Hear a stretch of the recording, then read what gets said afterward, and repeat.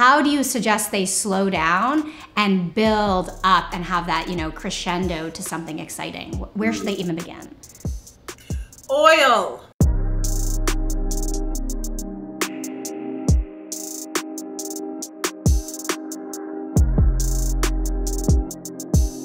Hey, I'm Jess O'Reilly, your friendly neighborhood sexologist, here to help you take your relationships and sex lives from good to great, hopefully by helping you feel more comfortable with your body so you can have more intimate connections and, of course, much hotter sex. Hi, I'm Melissa. I'm Jason, and we are the Sexy Hippies. We're a camming couple, and we also do video clips, and we love sharing our intimate life with people. And we're so lucky that you do. It's good to see you both. How you doing? Great. How are you? Great. Really good. Are you ready to talk foreplay? Ooh, yes. Always. Definitely.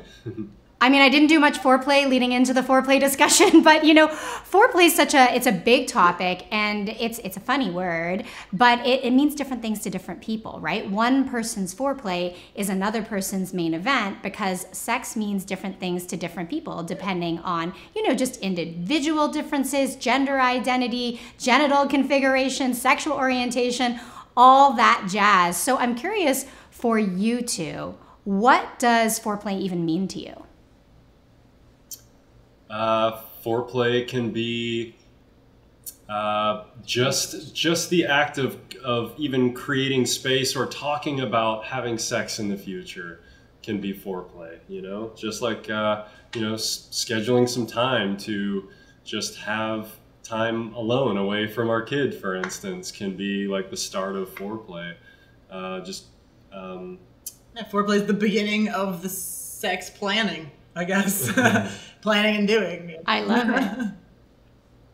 Yeah, it takes a little bit of planning, right? So if you're gonna have sex on Friday, you're gonna wanna start to kind of plant the seeds of foreplay on Monday. If you're gonna do it in the evening, you're gonna want it to start at the breakfast table. So right. You talked about just talking about sex. So foreplay can be about the things that you say to one another. So for example, Melissa, if you know you're gonna be in the mood tonight, what are some of the things you might say to Jason in the morning to initiate that foreplay? Well, it's not quite so linear for me because I have the fear of rejection. So I'm always like, how do I know it's going to happen tonight? And we can revoke consent at any time and all that. So instead, I try, and I'm not the best about it ever since we had the baby, but I try, and I need to work on it more. Thanks for the reminder of constantly initiating these moments of foreplay all throughout the day, even if they're not going to lead up to anything.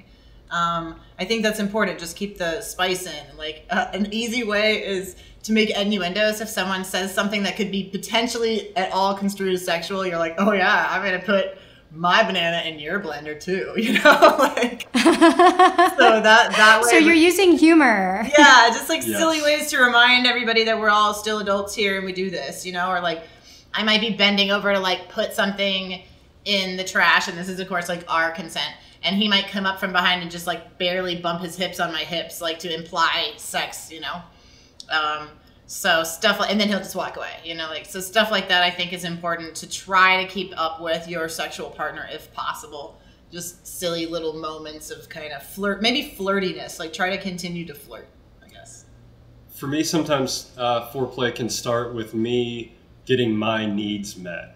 And what I mean by that is, if I know that during sex I like to feel fed, I like to feel warm, I like to feel clean, all these things, maybe part of my foreplay is washing my body. It's getting the food that I need. It's getting my own personal needs met. Because if my needs aren't met, I'm much less likely to venture off into sex with somebody else. So shower with a person. Right. So you're talking about like the practical, the verbal, the physical, all of that. I love it. And it sounds like it's not just about, you know, going through your lives and talking about your work and talking about your baby and talking about your taxes. And then all of a sudden like flipping a light switch and being like, oh, hello, let's do this. Yeah. You're weaving playfulness throughout your day. And to me, that's such a beautiful and essential thing. I think that's a huge mistake a lot of people make. They act like one person throughout the day, and then when they want sex, they change characters. And of course we play different roles, but if you're not weaving eroticism into your daily interactions, it is so much harder to initiate foreplay. Yes. So you got to, and I think it's important to weave it in also because then you don't get in this habit of foreplay leads to sex, leads to orgasm, and ejaculation leads to we're done. You know, I think you can start it and whoop, go back. You know, you don't have to complete the hump basically. And I think that's really important too. It's just like, oh, we could, you know, he might fondle me a little bit and then that's that, you know? And so like, I think that can really help because if you delay, it's just like when you get denied, you know, sexual satisfaction, it can make it hotter. So to not always go all the way through with the sexual act it can be hotter, as well as then, you know, there's no pressure that if he touches my boobs, now we're going to have intercourse until he orgasms. Like, you know, that's stressful if like, you might be like, whoa, don't touch my boobs because I know where that's going, you know, and you shouldn't know where that's going, I think. You should just kind of, how's everybody feeling today in this moment? Right. You're looking to kind of build not only anticipation, but unpredictability. So you don't always know what's coming next. That's really cool. So a big part of foreplay is seduction. So I want to ask you, how do you want to be seduced? Ideally, how would you want to be seduced tonight? I don't know. A good meal. Yeah, right. Would be a good place to start. You know, something really good and tasty. Just knowing that we've got some time carved out is really helpful for me. Yeah. I like a lot of touch. I like to be rubbed on. I like my head rubbed. Those are always good places to start. Just lots of touch, lots of. I don't know, showing me some general attention that seems like it's not super distracted or like I don't want my partner to be really distracted with a bunch of other things. Like show me some attention, you know? Yeah. I think I'm the same way. I think I might be I don't know. I guess I like to talk about stuff, you know, whether it's either stuff I'm interested in or like stuff I'm struggling with, but I appreciate his input on those things. And so sometimes that feels really intimate for me. And I feel, I guess, like to seduce me, like make me feel heard, you know? Yeah, so you're talking about the emotional seduction, you're talking about gustatory seduction, and you're talking about the time element. People don't think about this when they think about foreplay. They think about like one way to touch the lips or the clit or how to like graze your hand against the shaft or something like that. But it is about the way you connect, the way you make somebody feel. And that's a really important question to ask when you're seducing, when you're playing with foreplay. How do you want me to make you feel? Because some people want to feel, as you said, like you want to feel like you're getting attention. Some people want to feel relaxed. Others, like me, I think I like to feel a little overpowered. Like I want to feel like somebody's going to take away all my worries in the world and I want to be a little bit submissive. I want to feel like I'm submitting and I want to feel like you're powerful. And none of those is right or wrong or universal, but it's important that we're facilitating these conversations with our lovers to say like, how do you want me to make you, how do you want to feel right now? I think that's a better question than what do you want? Because when I say, what do you want? Nobody really knows how to answer, right? Oh, I want you to rub in a counterclockwise direction over the backs of my hands with 2 fingertips. People don't know things that specifically, but it's easy to say, you know what? I want to feel adored or I want to feel wanted. So getting into the part of me like so wanting cool. the attention is kind of like that. It's like I want to know that I'm being really valued right now. Yeah. Yes. Yeah. Yeah. You know, the way you make somebody feel is often more important than the way you touch them. Now, having said that, sex is often usually a physical act. So how do you like to be touched during foreplay? I think that depends on what's been negotiated, because sometimes I want to feel safe in the sense that you heard all my problems and we're having like this egalitarian sex. And then sometimes I want to feel safe, like I'm your sub and you've got this and I don't have to make any decisions. And so that would be very different touch. You know, one would be like much more gentle and like romance novelty, and then the other one would be a little, you know, a little bit more maybe forceful. But again, we've talked about that ahead of time, so I'm not. So if your needs are so varying, which is very normal because humans don't want the same thing on a Monday as they do on a Friday, or in March as they do in July, or when you're 20 versus when you're 40, how can a partner know what you're in the mood for? Like, how do you indicate what your desire is in the moment? Well, if you're not offering that information verbally, I I don't know. I mean, there's other cues. I Verbally guess fine. maybe there's a particular shirt or a particular way they choose to dress on days that they're more open to some things versus other things. Just as an example, I'm thinking off the cuff here. I don't know. I mean, you could like bring your leash and collar to the guy, the person you want to be your dom that time, and like that's okay. There's the nonverbal way of doing it, but we just tend to do it with words. Yeah. So it'll be like, Yeah, I'm set the looking collar on for the this. table, and that's the indicator that like, hey, maybe later tonight might be. I'm feeling open to you putting the collar on me. Yeah, that could be one. Collars are helpful with those kinds of world, that kind of BDSM world, and then I guess for regular, like regular, I don't know, non-kinky, or I don't know. Vanilla. Vanilla sex, like, now I lost track of what the question was. Is how do we approach it? Oh, no, that's okay.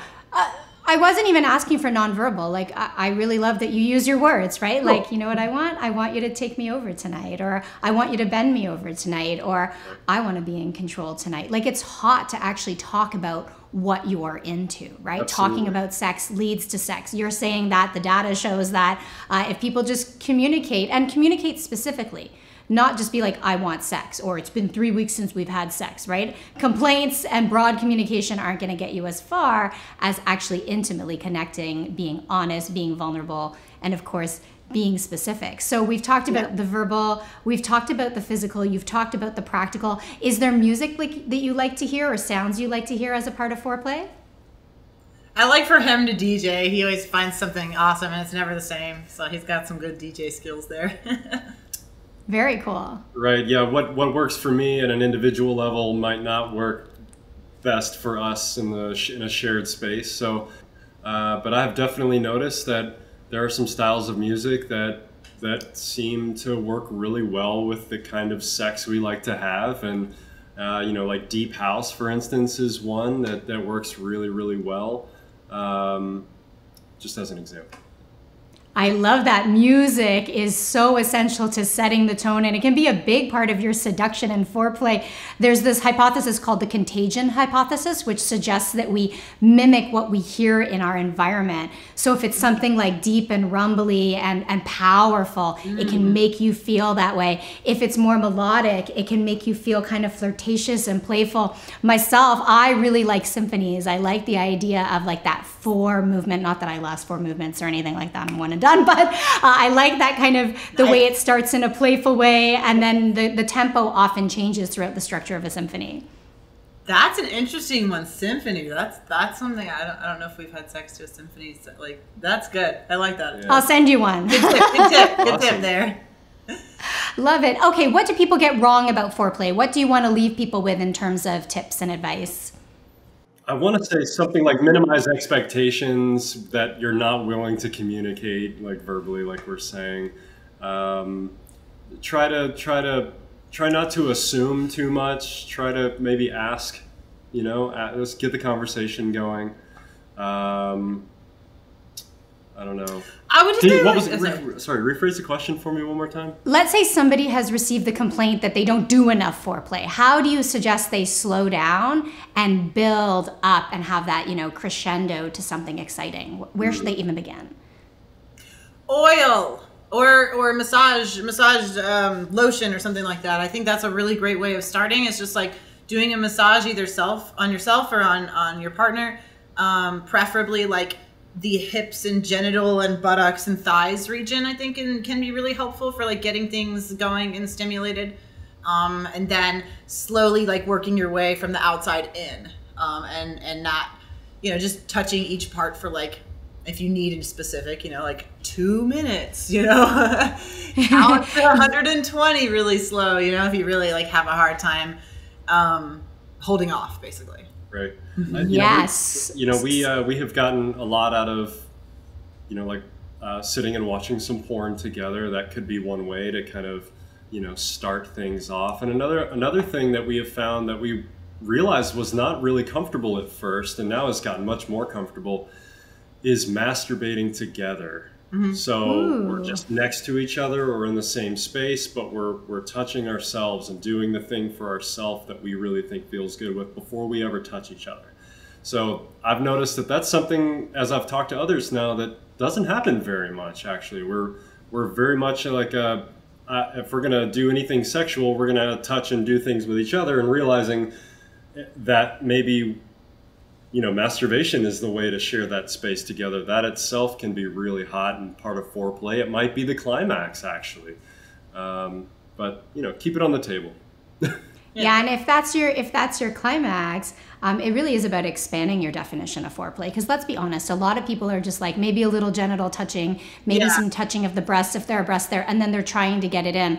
But what you're saying is that the world is your oyster, the body is your wonderland. Explore all of it, right? With foreplay, you can use your lips, you can use the backs of your hands, you can use your cheeks, you can use your hair if you have longer hair, you can use the tip of your nose to take your time and explore every square inch of the body for pleasure. Maybe not with a goal in mind, maybe not just building up to a specific outcome, but just to see what feels good on your fingertips and elicit a pleasurable response in your partner's body. That can be a big part of Dancing's foreplay. a good one, including music, you know, like dancing and touch all together. I love it. I got a weird one here. It's like, I think that people who are aging or people who have any sort of physical or mental, I suppose, or mobility issues, body issues, not feeling well, they're the ones that a lot of them have really great ideas for alternative things. You know, sometimes things don't get erect the way they should or get wet the way they should. And so I have found that, like, I really appreciate my viewers of all different ages, but the ones who are much older have really great ideas on some of this stuff because maybe they've lost the ability to do some of the typical sex acts out there. So, like, don't forget your seniors, the senior sex. Like, I don't know. I just feel like Yes. it taught me a lot. And I'm just like, okay, right. You don't have to, it doesn't have to be so this inside of that, you know, really get creative with stuff. And like, I've heard some really amazing things. So. And they discover new pathways to pleasure and orgasm. So many people who have issues with erections and erectile functioning will come to me, and then they learn how to touch the whole body. They learn how to slow down. They learn how to use their mouths. They learn how to use toys, and they'll say, I'm almost glad that I ran into this issue because now I've learned this broader repertoire. And even though, you know, I was able to deal with the erectile functioning and it's back in the way that it was when I was younger, I'm not using it in the same way because I have an entire body to explore. So I really do hope, you know, people slow down and explore all the different ways you can engage in foreplay, and also not see foreplay, even though I know it's a bit of a misnomer because fore is in the word, suggesting that it comes before, realizing that that can be your main sexual event, right? It doesn't have to be something you do before, however you define sex. It's just sex in and of itself. Right. Yeah.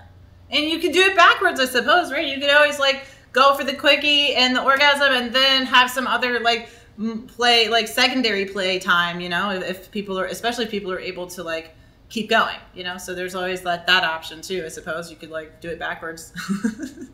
I love chatting with you both. I love learning from you both. It's so clear that you're happy together, you're intimate with one another. You obviously have a very hot sex life and you're modeling it, right? You're showing us how to have all different types of foreplay with an open mind and a curiosity. I think that's such an important thing. You're so curious about trying new things.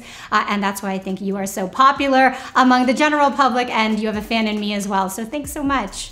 Thank you so much for having us. We're also big fans of yours, so it's really great to get to talk to you at length, and we've loved all the work that we've seen at different conferences, so thank you so much. Thank you.